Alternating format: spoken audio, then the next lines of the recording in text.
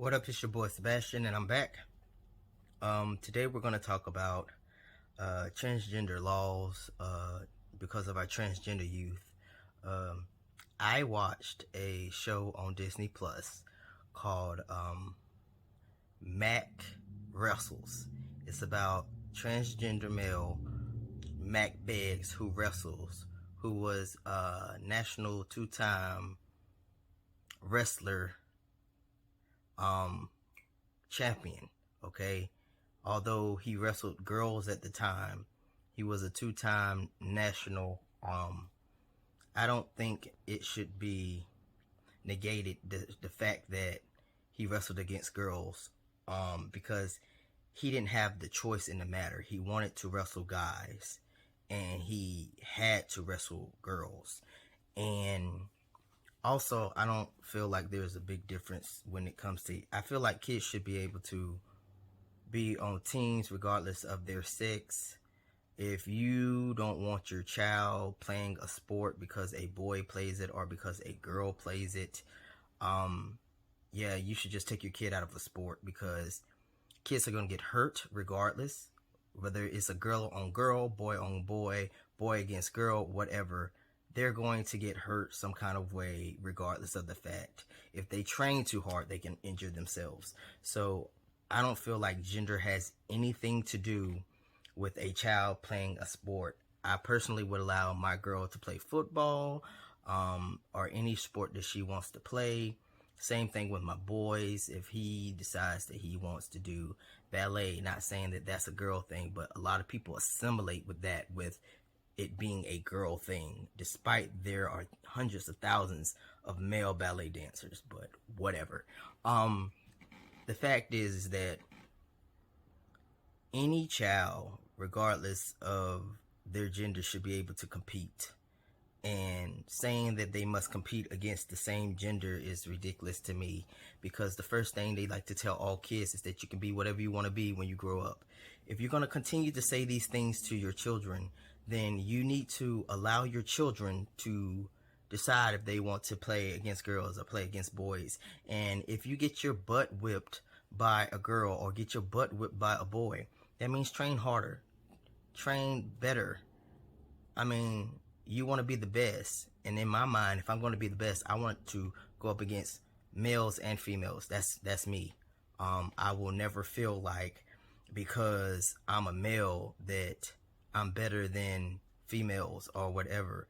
I just want to be the best in general. It has nothing to do with whether one is female or one is male.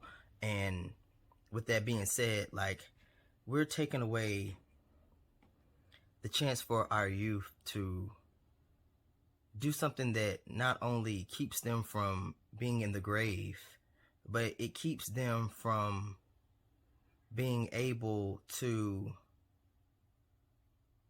feel like a regular child. So just because your kid identifies as male or identifies as female does not give anyone the right to take away their chance to compete against other people that they identify as well. Because, like I said, if you're worried about a girl beating a boy or a boy beating a girl, and when you talk about transgender kids, they identify as female or they identify as male. So technically it's a male versus a male, and it's a girl versus a girl. And if you feel like your kid sucks at it, then tell your kid to do better. I'm sorry. I know there's a lot of parents that are going to say, you shouldn't say that, or if you had a kid, this, no, look at here. I have a niece and a nephew, and they are essentially my children because I do everything. I take them to practices, all of those things, okay? They played soccer, and they played against both boys and girls. And there were plenty of girls that were better than boys, but that didn't stop my nephew from playing. That also did not stop my niece from playing if she beat up the boys and they complained about her being too good. I'm just saying, kids do what parents tell them is okay for them to do, or how for them to think. So if you feel like your kid cannot compete against a transgender girl or a transgender boy, you are the one with the problem as far as I'm concerned.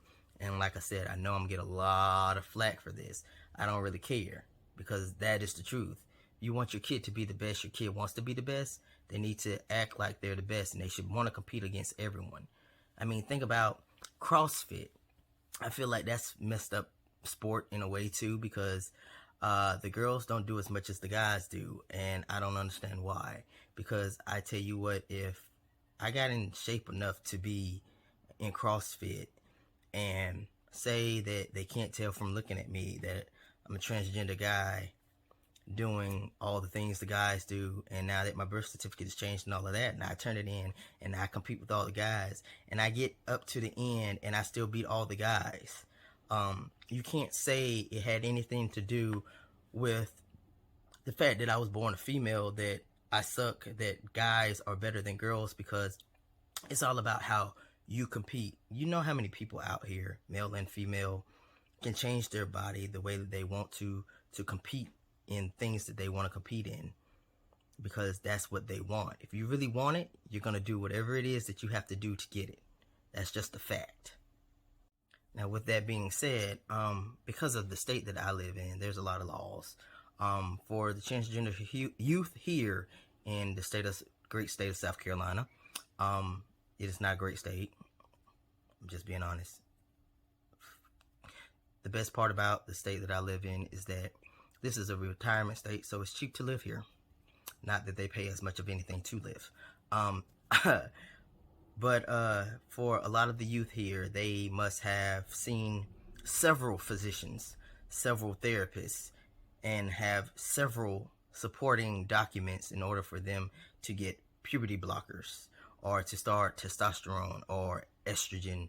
And it is somewhat ridiculous, but I do understand, because they want to make sure that that kid is truly wants to go down the path that they are going down, which I understand. And I know that some things are irreversible, so they say. I don't think so much that it's irreversible unless you've had a surgery. It's not irreversible. Yes, it can do some irreversible damage, but there's trans men who have children after being testosterone for years. So it's not to say that they can't have a child. So, like I said, I do know that I understand.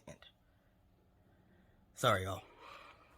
Someone came in, had to pause, whatever. I do understand the reason why they jump through so many hoops.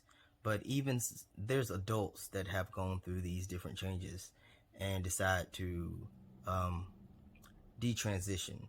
I definitely don't see that happening in my life. I've known for too long that this is the only thing that makes sense to me, that makes me feel better about me, because I felt like a boy my whole entire life. I've done everything the boy's done my entire life. So to get here and now be on testosterone for over a year, to see the changes in my voice, the hair coming in above my lip, on my chin, you can barely see that though, but it's there. Hair growing on my face. I use my beard roller. Acne sucks because I never had acne before, but I understand. But watching this program, it lets you know how much this world, especially America, needs to change. But all over, everyone needs to be accepted as who they are, how they identify. I don't feel like some of these things should be so difficult for us to be able to change things. Like, I have to have my fingerprints done and send them into SLED, and then from there you have to wait till they send something back. Then you have to send in all of the background information to somewhere, I don't remember. You have to get notary and all of this. So much that I have to do just to legally change my name and my gender marker. I'm fine with the fact that I have to do this. I'm an adult, I understand, but a child does not understand all these steps that they have to do just for them to identify the way that they want to identify.